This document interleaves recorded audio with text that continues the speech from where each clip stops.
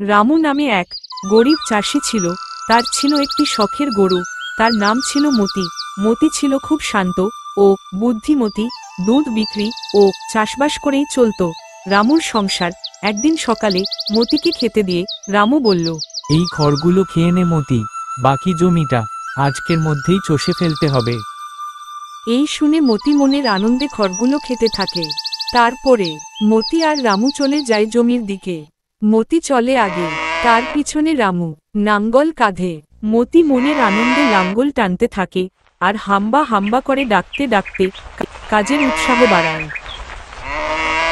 বাড়ি ফিরে রামু মতিকে বলল, যাক বাবা, শান্তি, এবার শুধু বৃষ্টির অপেক্ষা, তারপরেই ফসলের বীজ ফেলব। বুঝলি মতি, তুই না থাকলে একা কিছুই পারতাম না। রামুর বাড়ির সামনে দিয়ে যাওয়ার সময় ভোজা নামের এক ব্যক্তি রামুকে বলল, ও রামু ভাই, এবার তো একটা নতুন গরু কেনো। কেন গো ভোজা দা, মতির তো কিছুই হয়নি।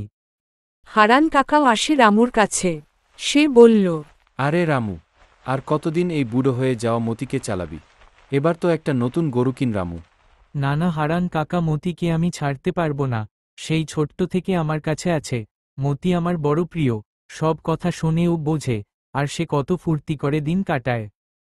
রামু আর মতি কাটিয়ে দেয় বাকি জীবনটা। দেখলেন তো বন্ধুরা, সৎ ও গরিবেরা কখনো তাদের প্রিয় সঙ্গীকে হারাতে চায় না। ভিডিওটি ভালো লেগে থাকলে চ্যানেলটিকে সাবস্ক্রাইব করুন এবং লাইক শেয়ার দিয়ে পাশে থাকুন। ধন্যবাদ।